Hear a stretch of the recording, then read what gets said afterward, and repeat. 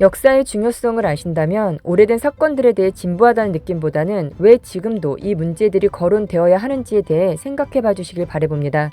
요즘 몇몇 연예인들의 행태가 과거 대물림이 되는 것 같아 너무나 안타까운 마음에 잊혀지지 않았음 하는 사건들을 다뤄보겠습니다. 2005년 5월 미성년자에게 돈을 주고 성관계를 맺은 혐의로 긴급 체포되어 구속된 연예인이 있었는데요. 지난 2001년 8월 연예인 매니저로 활동하고 있는 지인에게 당시 17세인 A양을 소개받아 자신이 제작하고 있는 영화에 출연시켜주겠다며 3회에 걸쳐 돈을 주고 성관계를 맺은 혐의를 받았었습니다. 결국 유죄 판정을 받았던 건데요. 정말 어처구니 없는 범죄를 저질렀음에도 현재 드라마나 TV에서 뻔뻔하게 연기를 하며 시청자들을 우롱하고 있습니다. 그 연예인은 바로 배우 이경영입니다. 당시 이경영은 A양이 미성년자인 사실을 몰랐다고 주장했었는데요.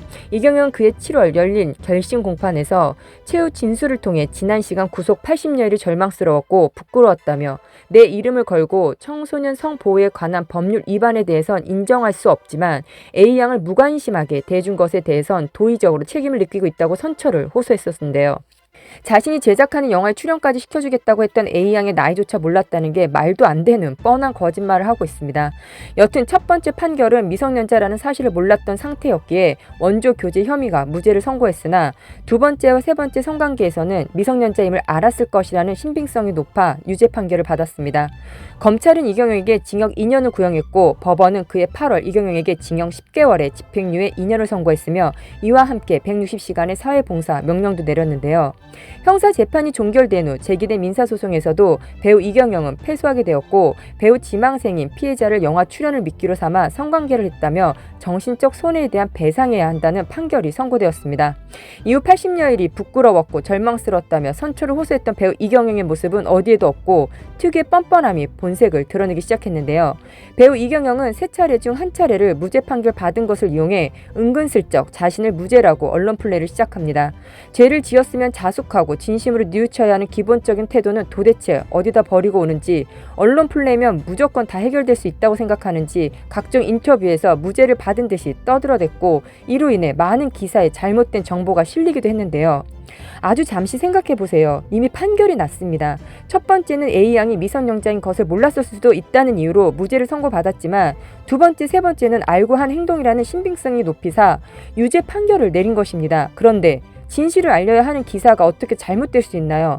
판결이 뒤집어진 것도 아닌데 어떻게 잘못된 정보를 실을 수 있냐는 것입니다.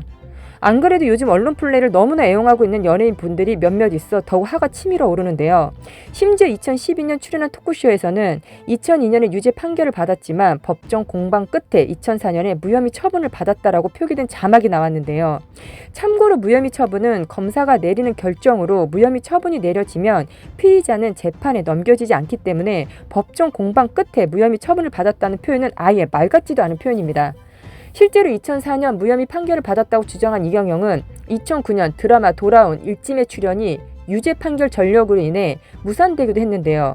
드라마까지 무산되었던 것을 기자들이 몰라서 무혐의 정보를 실었다는 건가요?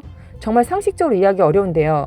이경영 이전에 미성년자 성매매 혐의로 최초 구속된 연예인 1호가 있는데요. 배우 송영창입니다.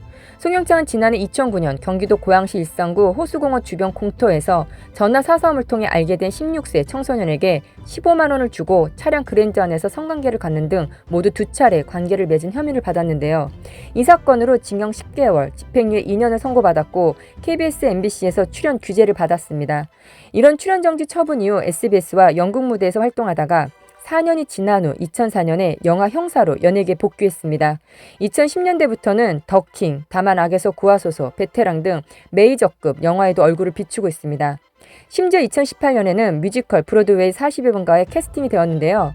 뮤지컬 팬들은 즉각 불편하다는 의견을 표현했고 페이스북 등 SNS를 통해 불만을 제기한 네티즌들도 많았습니다.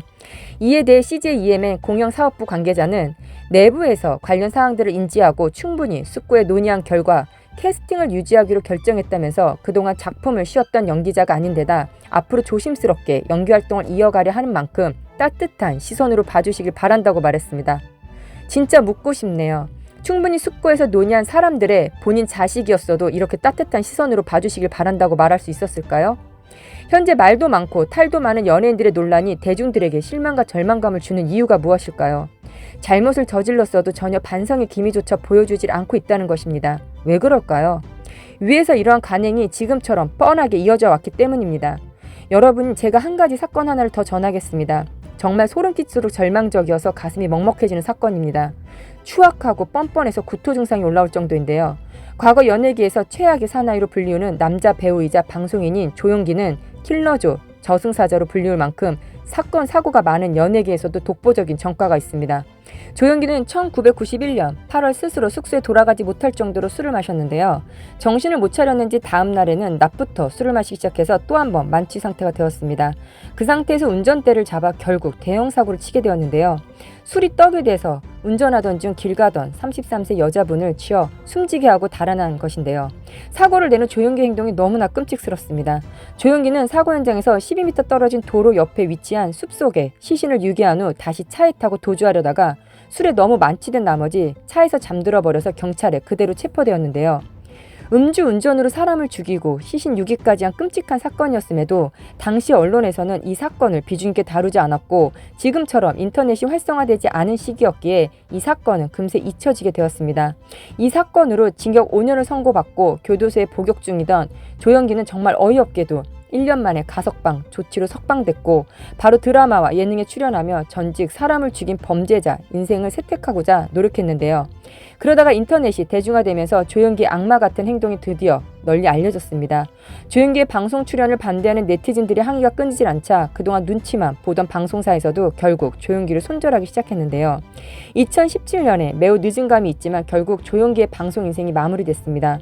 사람을 죽이고도 뻔뻔하게 20년 넘게 방송활동을 한 조용기, 그리고 이것을 묵과하면서까지 받아준 방송사, 그리고 이 사건을 덮기 위해 조용기의 언론 플레이를 도와주었던 많은 언론사와 기자들, 죄를 속죄하기는커녕 2017년부터는 사건이 언급된 네이버 글들을 명예훼손으로 신고하는 짓을 했고 사람을 죽인 범죄자라는 것을 세탁하기 위해 유튜브까지 개설을 하게 되었는데요. 하지만 조용기 자신 스스로도 떳떳하지 못해서인지 댓글도 막아가며 업로드를 해오다 결국 4개월 만에 살인자 신분 세탁을 실패합니다. 하지만 사람까지 죽이고도 뻔뻔하게 할 짓 다 해온 조용기는 여기서 포기하지 않습니다. 2019년에는 독도 사랑의 자문위원으로 위촉되면서 다시 도약을 꿈꾸는데요. 진짜 왜들 이러시는지 사람을 죽이고도 뻔뻔하게 살인자 신분 세탁이 혈안이 되어 언플에 대중을 농락한 사람을 독도 사랑 자문위원회라니 이게 상식적으로 말이 되는 일입니까? 요즘 전 세계의 문화적 영향력이 그 어느 나라보다 높은 대한민국이 현재 대한민국의 상징과도 같은 독도를 홍보하는데 살인을 저지른 범죄자를 쓰는 게 말이 되는 겁니까? 이것이 나라를 위하는 일이고 나라를 알리는 일입니까? 나의 일이 아니라고 침묵할 때가 아닌 것 같습니다. 이것은 우리가 살아가는 나라에서 일어나고 있는 일입니다. 저 역시 알지 못해 무관심했던 내용들을 알게 되면서 결국 안전하게 살아가야 할 우리들의 나라가 저런 파렴치하고 사람을 죽이고도 뻔뻔한 사람이 독도를 운운할 수 있도록 방치해서는 안 된다는 것입니다. 33세 젊은 나이에 길을 걸어가다 왜 죽어야 합니까? 왜 꽃다운 나이에 더러운 어른을 만나 인생에서 씻을 수 없는 상처를 남겨야 합니까? 이렇게 피워보지도 못한 소중한 인생을 송두리째 망가뜨리고 연예인이라는 이 사람들은 잘 먹고 잘 살고 있다는 게 말이 되는 것인가요? 그래서일까요? 정말 요즘 연예계는 돈이 지배하고 그것을 받쳐주는 팬들과 언론과 방송사들이 있어서인지 우리가 공인이라고 지칭하는 연예인들의 잘못된 행동은 연예인이기 때문에 이렇게 해도 된다는 식의 인식이 자리 잡아가고 있는 것 같아 너무나 안타깝고 먹먹해집니다. 우리가 알아야 할 것은 죄는 지은 대로 받을 것이고 용서를 구하지 않는다면 그 또한 죽을 때까지 짊어지고 가야 할 엄청난 무게임을 기억하시길 바라봅니다. 이에 따른 네티즌 반응으로는 세상에 조용기가 왜 안 나오나 했더니 그런 무서운 짓을 저런 인간도 아닌 것들이 방송에 나와 할기를 치다니 너무 실망이네. 조용기 저런 자를 방송에 출연시킨 더러운 방송국. 그나마 지금 방송 출연하지 않아 천만다행이다. 아무리 술 먹었다고 사람 치고 시신 유기까지 했는데 징역 5년? 이놈의 법 한국법 바꿔야 함. 왜 이런 사람들을 TV에서 봐야 하는지 모르겠네요. 연예계는 알면 알수록 더럽다는 생각만 드네요. 방송국이 범죄자들을 좋아하나요? 시청자들 무시하는 걸까요? 이 경향 너무 뻔뻔하네요. 요즘 TV에 너무 많이 나오는 거 아닌가요? 더러워 왜 사냐? 쟤네들을 계속 쓰는 제작사 그리고 감독들도 다 똑같은 범죄자들이다 등의 반응이었습니다. 끝까지 시청해주셔서 감사합니다. 여러분들의 구독, 좋아요는 요즘 저에게 큰 용기가 됩니다. 행복한 하루 되세요. 감사합니다.